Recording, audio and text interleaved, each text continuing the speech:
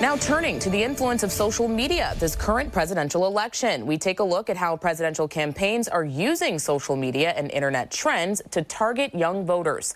13 WHAM's Natalie Calzatoni is breaking down social media use in this year's presidential campaign. Natalie. Karen, November 5th is quickly approaching, and young voters in the Rochester area are feeling enthusiastic about the upcoming presidential election.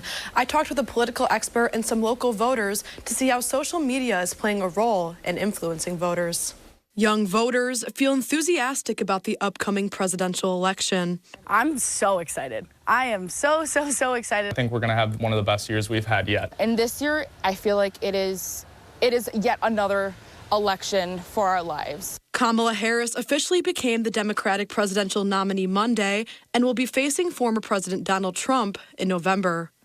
Harris quickly took to social media, specifically TikTok, when she announced her campaign, and local Democrats I spoke with say her online engagement is appealing to younger voters. My favorite quote that's been going around TikTok is like that you think you just fell out of a coconut tree. Like, I think that's so awesome, and I think just like taps into like her human side. I think that because she's younger, it's easier for her to keep up with the times and the trends and, you know, understand what it means to have a brat summer. Riley O'Brien tells me Trump's use of social media and engagement with online influencers has helped the former president seem more relatable. I think there's nobody more online than Donald Trump. But when he does these interviews with the Nelk Boys or Bryson DeChambeau or Dave Portnoy or Aiden Ross, it's the people that people listen to in their free time. They relate to them, and now you get to see this presidential candidate doing the same things with them and acting like a normal guy.